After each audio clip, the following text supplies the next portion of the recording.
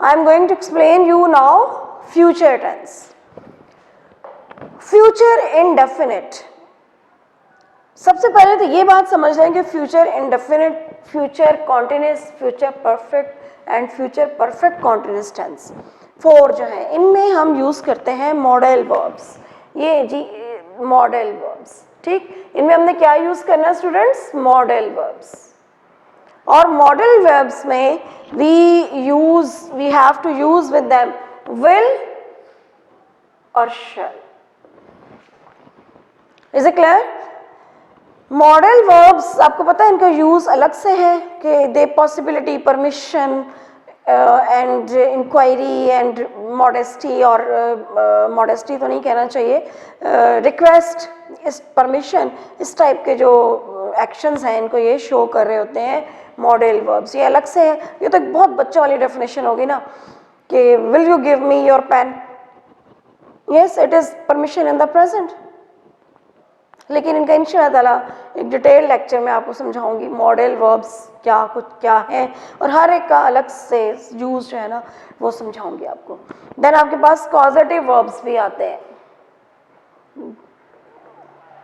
ठीक है. देन ये कॉजेटिव वर्ब्स भी बड़े इंपॉर्टेंट होते हैं. They also show the cause and the reason, but in relation to cause and in relation to the person, यानी कि वो पर्सन के एक्शन से बिलोंग कर. ये दो मैंने आपको बाद में समझाने हैं.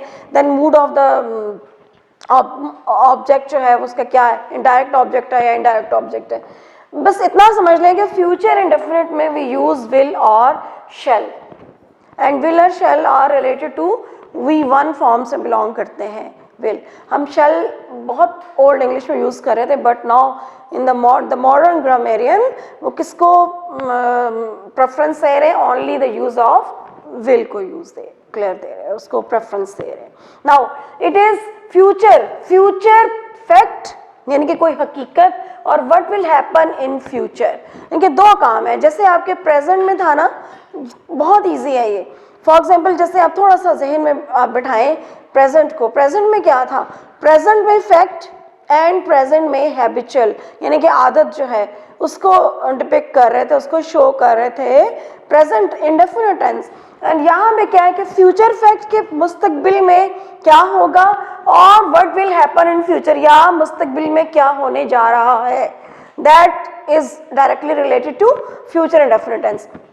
मॉडल वर्ब यूज होता है. मॉडल वर्ब्स विल और शेल प्लस फर्स्ट फॉर्म. ये फर्स्ट फॉर्म जो है ना इसका ताल्लुक उससे नहीं है, हरगिज नहीं है, पार्टिसिपल से यहाँ पर इसका ताल्लुक नहीं है. Simple first form of the verb V1. Clear?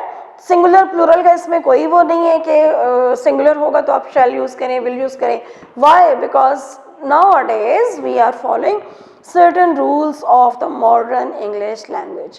तो मॉडर्न इंग्लिश लैंग्वेज के रूल्स के अकॉर्डिंग हम विल, और वैसे अब तो हम वैसे भी आपको पता है कि we are going after abbreviations, हम फॉलो कर रहे हैं एब्रीविएशंस को. फॉर एग्जाम्पल आप लिखते हैं will not, is it clear? Won't, तो आप इसको क्या बोलते हैं? Won't, wouldn't. I will not, I will.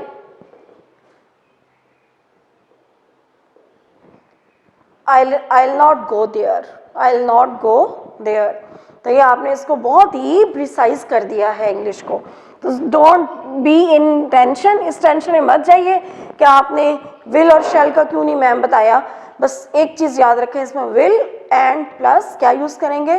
First form of the verb. For example tomorrow हम यूज़ करते हैं इसके लिए next day, tomorrow. coming day. I am going to visit you soon. I am going to भी मैंने आपको बताया था कि प्रेजेंट कॉन्टिन्यूअस टेंस भी उसमें आप फ्यूचर का काम लेते हैं, नियर फ्यूचर का, बट ये हम थोड़ा सा फ्यूचर की बात कर रहे हैं. tomorrow I'll explain you which topic, the road not taken poem, उसको मैं explain करूँगी. that is related to my future. Next again will not, shall not, future continuous. लिख मैंने ज़रूर दिया है शेल, ये बात ज़हन में बिठाइए कि कोई स्टूडेंट ऐसा ना हो कि उसको कन्फ्यूजन हो कि मैम ने जी शेल को तो लिखा ही नहीं, इंपॉर्टेंट है, शैल भी इंपॉर्टेंट है, शैल हम यूज करते थे किसी जमाने में। N action that will progress at a time, ठीक है, इनका कॉन्टिन्यूस की सेम डेफिनेशन ले लो ना, N action that is progressing at the same time, क्या था वो, इज प्रोग्रेसिंग, यानी कि अब हो रहा है। For example, I am directing you, I am directing you the rules and the regulations or the points related to the verbs. तो I am, तो वो तो क्या टेंस बन गया, प्रेजेंट कॉन्टिन्यूस। और अगर मैंने पास्ट कॉन्टिन्यूस की बात की तो that was an action that was going on at time in past, यानी कि जो माजी में, जो माजी है ना हमारा, ठीक है, इस दीवार के पीछे एंड जो काम हो रहा था, that was past continuous. And अब नेक्स्ट जो होगा, ठीक है, नेक्स्ट फर्दर जो होएगा उसको हम कहेंगे future continuous tense. Definitely we will use will be plus present participle, मैंने अगेन लिखा है वाई, विल के साथ बी। अब आप फॉर्म ऑफ द वर्ब्स पर आ जाइए। बी मैंने किसके अकॉर्डिंग आपको बताया था, इज, एम, आर, और ये हो गया was, were, and then V3 क्या थी, been, clear, plus first form, किसकी first form, of the verb की first form, right, present participle में यूज हो गया। I will be going there, I will be visiting there, I will be writing an essay, I will be attempting the paper, I will be preparing my lecture, hope so it will be clear. और अगर not का concept देना है तो आप कहेंगे I will not be, I will not be, hope so it will be clear to you all. Future perfect, अब आप कहेंगे कि विल भी है और बी भी है, क्लियर, ये बी जो है ये आपने एक सेंटेंस में विल, यानी कि ये आपने फर्स्ट फॉर्म वर्ब के यूज कर दी, ठीक, ये भी है, बी भी वर्ब है, it is also first form. Question उठ रहा है ना जहन में, विल, बी, गोइंग, कितने सारे वर्ब यूज हो गए, क्लियर हो गए पॉइंट। विल यूज हुआ एज मॉडल वर्ब, नाउ ये कहानी जरा इस तरह समझे, विल किससे यूज हुआ है, as modal verb, be use हुआ है एज हेल्पिंग वर्ब, हेल्पिंग और ऑक्सिलरी वर्ब, यहां देख लो ये पॉइंट मैंने लिखा है इसीलिए आप सबके लिए, सो दैट जरा इधर कैमरे को फोकस कीजिएगा। बी हेल्पिंग वर्ब और ऑक्सिलरी वर्ब के तौर पर ये से लिंक बना, ये मॉडल वर्ब के तौर पे यूज हुआ, और ये गोइंग हमारा एक्चुअल वर्ब यानी कि एक्शन वर्ब और मेन वर्ब के तौर पे यूज हुआ।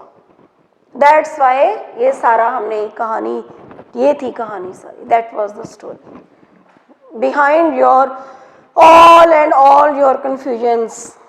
आपकी इतनी सारी कन्फ्यूजन्स और टेंशन्स के पीछे ये कहानी है, आप सिर्फ ये समझ लें, ये आपको शायद किसी ने नहीं बताई होंगी बातें, अगर यही बिगिनर्स के लेवल पे बता दी जाती तो that must be very easy for you to understand the tenses. अब आपको ट्रांसलेशन का क्वेश्चन भी मुश्किल नहीं लगेगा जो बोर्ड के पेपर्स में आने वाला है, और साथ ही आपको use the correct form of the verb, वो भी आपको प्रॉब्लम नहीं करेगा, आपकी नो हाउ स्ट्रॉन्ग हो जाएगी, और यही मेरा मकसद आज के लेक्चर का।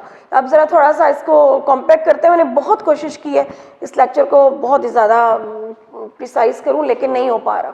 Future perfect, an action that will be completed by a certain time in future। past perfect क्या था, an action completed in past, जो past में complete हो गया। present perfect में कहा था, an action that has completed in the present, और ये क्या है, that will be completed in the future, future में complete होने के chance हैं। for example इसमें आप क्या यूज करेंगे, will के साथ have, शैल के साथ अगर आप यूज करें तो have plus third form, third form क्या कहलाएगी जी, पार्टिसिपल। कौन सा participle, past participle, we 3, no it will be not be participle, ठीक है। ये third past participle third form of the verb, उसमें क्या आता है E D T D end में एन इस टाइप के वर्ड्स आते हैं ना third form of the verb में। फॉर एग्जाम्पल अब अगेन ये कहानी भी समझ लो, will modal verb, have helping verb and third form of the verb main और एक्शन वर्ब। क्लियर?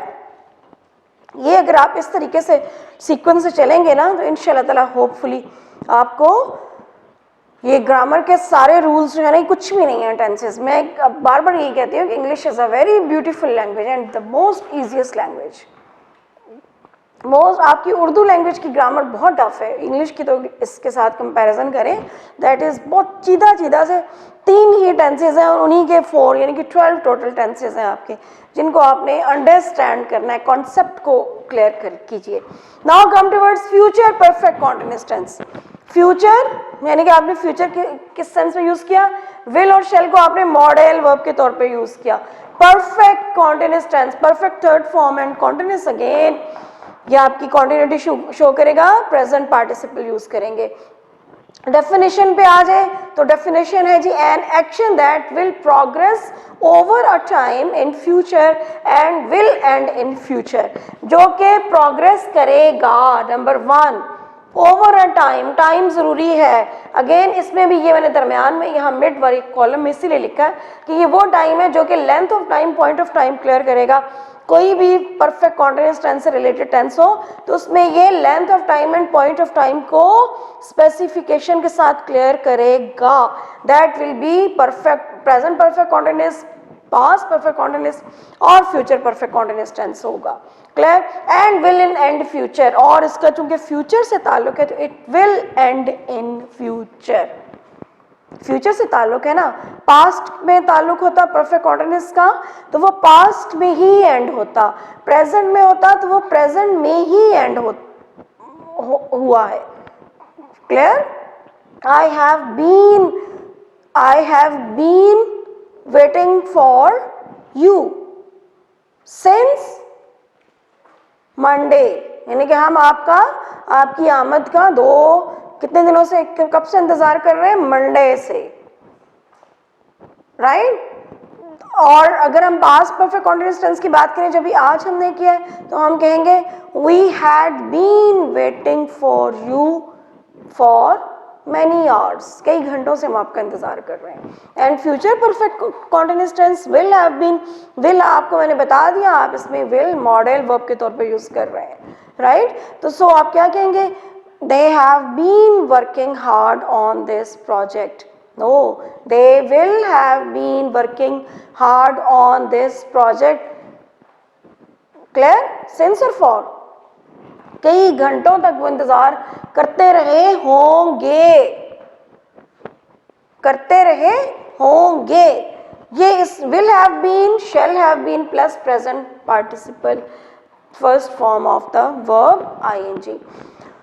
होप कि बच्चों आपको मेरा आज का लेक्चर बहुत ही क्लियरली समझ में आया होगा। इंशाल्लाह ताला नेक्स्ट लेक्चर जो है मेरा आपके सिलेबस में पोएम से रिलेटेड है, रॉबर्ट फ्रॉस्ट की पोएम है द रोड नॉट टेकन।